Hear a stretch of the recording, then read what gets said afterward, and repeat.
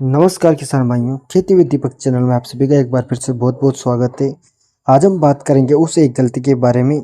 यह वो गलती है जो आपकी महीनों की मेहनत पर पानी फेर देती है। आपने फसल की बुआई की, निगरानी की, गुड़ाई की, खाद भी डाली, लेकिन आखिरी समय में अगर सही चीज़ सही समय पर नहीं डाली तो आपकी उम्मीदें सिर्फ उम्मीदें रह जाएगी। क्योंकि किसान भाइयों, आप सोचते होंगे मेरी फसल इतनी हरी भरी है, बालियों से भी अच्छी आ रही है, फिर भी दाने खाली क्यों रह जाते हैं? क्योंकि पैदावार उतनी नहीं हो रही जितनी दिख रही है। ये सवाल कई किसानों को परेशान करता है और इसका जवाब छिपा है आपकी फसल के सबसे नाजुक समय में। वह समय जब बालियाँ निकल रही होती है, वह समय जिसे आप गबोड़ अवस्था कहते हैं। ये वो वक्त है जब पौधे को सिर्फ हरा भरा दिखना नहीं होता, बल्कि उसे अपने अंदर जान डालनी होती है, उसे दाने बनाने होते हैं। और यही वो पड़ा हुई जहाँ हम अक्सर चूक जाते हैं। आप देखते हैं फसल हरी भरी है तो सोचते हैं थोड़ी और यूरिया डाल देते हैं ताकि और भी हरी दिखे, लेकिन आपको पता है यही यूरिया आपकी फसल की सबसे बड़ी दुश्मन बन जाती है। सोचिए, आपने एक बच्चे को मजबूत बनाने के लिए उसे ताकतवर खाना दिया, लेकिन जब उसे परीक्षा देनी थी तब आप उसे मीठा खिला रहे हैं जिससे उसे नींद आ रही है। यही हाल हमारी फसल का होता है। जब धान की फसल गबोट अवस्था में आती है तो उसे अपनी सारी ऊर्जा दाने बनाने में लगानी होती है। अगर आप इस समय यूरिया देते हैं तो पौधा ऊर्जा को तना और पत्तियां बनाने में खर्च करने लगता है। इससे क्या होता है, फसल की ग्रोथ रुक जाती है, फसल और हरी भरी होने लगती है, फसल और मजबूत हो जाती है, तना कमज़ोर होकर फिर गिरने लग जाता है। इसे आप लोजिंग कहते हैं। पैदावार बढ़ नहीं पाती क्योंकि दाने खोखले रह जाते हैं, उसमें वजन नहीं आता। ये बिल्कुल वैसा ही है जिससे कोई घर बाहर से तो बहुत खूबसूरत दिखे लेकिन अंदर से खोखला हो। तो सवाल है कि फिर इस समस्या का क्या डाला जाए? वह कौन सा अचूक हथियार है जो आपकी मेहनत को मुनाफे में बदल सकता है? किसान भाइयों, इसका जवाब दो खास पोषक तत्वों में छिपा है, और वह दो पोषक तत्व मैं आपको बताऊंगा। लेकिन अभी तक जिन किसान भाइयों ने हमारे यूट्यूब चैनल खेती विद दीपक को सब्सक्राइब नहीं किया है, उनसे निवेदन है कि आप हमारे यूट्यूब चैनल खेती विद दीपक को सब्सक्राइब कर दीजिए। और अब करते हैं वीडियो में आगे बात। तो किसान भाइयों, मैंने जो दो पोषक तत्वों की बात की है वह दो पोषक तत्व है। उनमें एक है 05234 और दूसरा है बोरोन। जी हाँ किसान भाइयों, ये कोई जादुई गोल नहीं है, बल्कि ये विज्ञान है। ये आपकी फसल की ज़रूरतों को समझ कर बनाया गया है।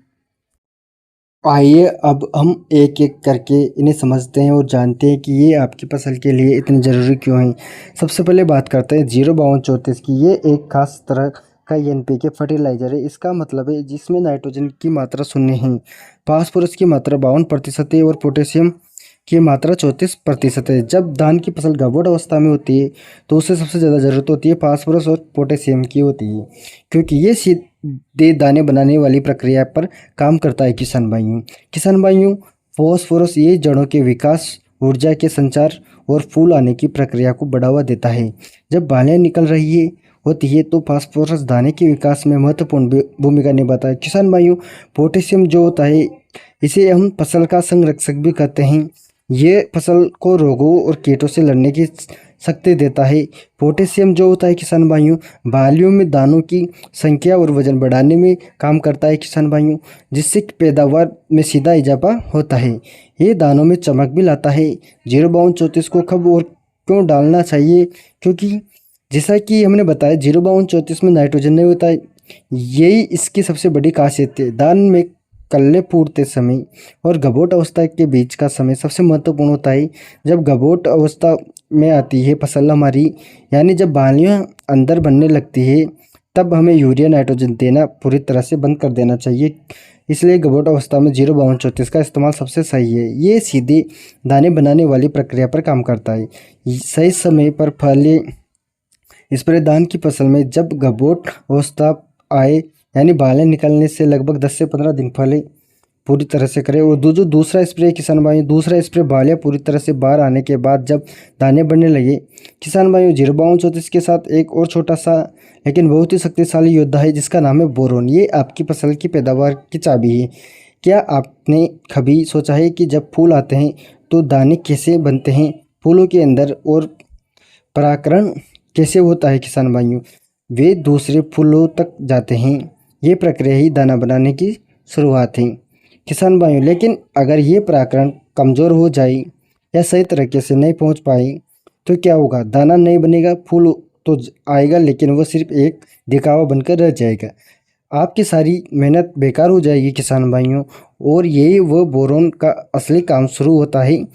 बोरोन उस परागकण को ताकत देता है, उसे रास्ते पर चलने की शक्ति देता है, वो फूलों का फूल पुल बनाता है।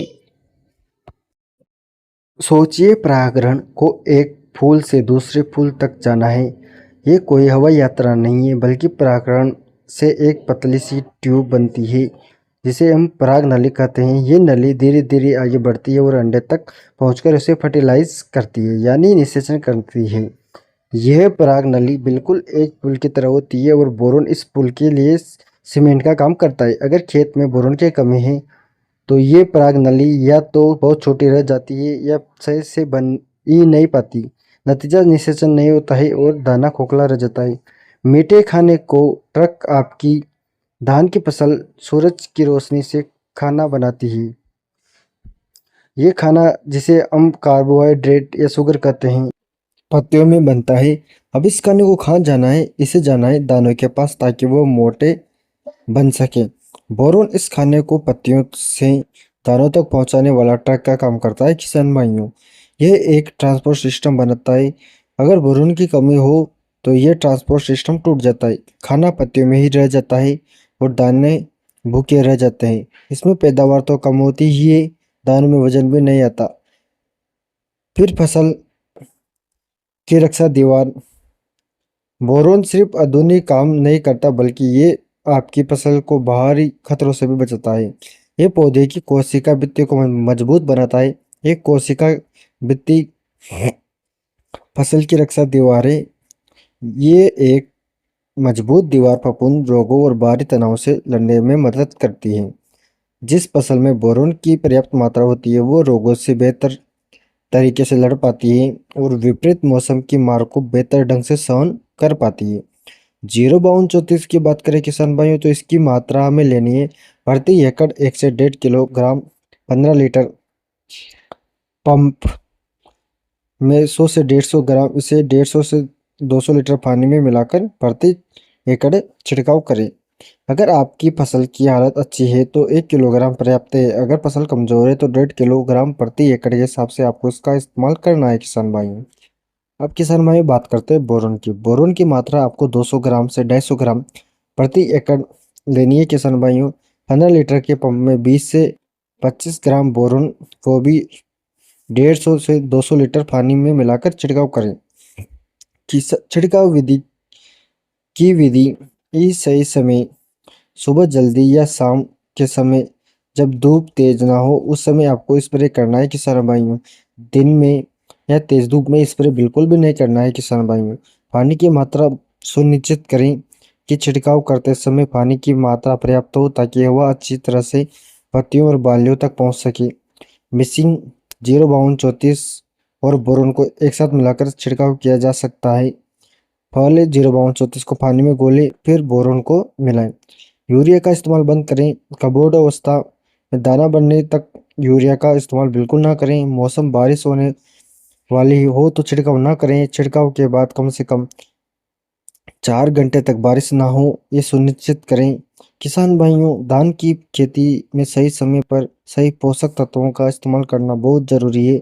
05234 और बोरोन का इस्तेमाल केवल आपकी फसल को हरा भरा नहीं बनाता, बल्कि सीधे तौर पर आपके मुनाफे को बढ़ाता है किसान भाइयों। ये दानों की उत्पाद आपकी फसल की गुणवत्ता और पैदावार को कई गुना बढ़ा सकते हैं किसान भाइयों।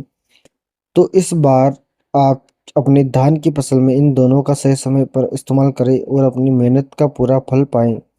आपकी मेहनत का पूरा फल आपको मिले, यही हमारी कामना है। अगर आपने मन से कोई और भी सवाल हो तो आप पूछ सकते हैं किसान भाइयों। और आप किसान भाइयों, जो मैंने बोरोन बताया है और उसके साथ 05234 मिलाया है, उसके साथ में बहुत अच्छी कंपनी का फंगिसाइड भी साथ में डाले और उसमें एक कीटनाशक भी आप साथ में लाए। और किसान भाइयों, एंटीबायोटिक मिलाना बिल्कुल भी आप मिस मत करिएगा इस समय, क्योंकि अगर फंगिसाइड डालते तो आप उसके साथ एंटीबायोटिक जरूर मिलाए किसान भाइयों। और कीटनाशक ऐसा लें जो रस चूसने वाले कीटों को भी खत्म करिए और साथ में काटने वाले कीटों को भी खत्म करिए। इस बात का आपको एक विशेष ध्यान रखना है किसान भाई। इस समय जो अपनी धान की फसल है वो बहुत ही नाजुक स्थिति में होती है। जब उसमें बालियां बन रही होती है तो उस समय आपको एक कीटनाशक और एक फंगिसाइड भी इनके साथ में मिलाएं, ताकि आपको और भी आपकी जो सोया धान की फसल है वो सुरक्षित रह सके। तो किसान भाइयों, आपको ये जानकारी कैसी लगी हमें कमेंट बॉक्स में जरूर बताएं।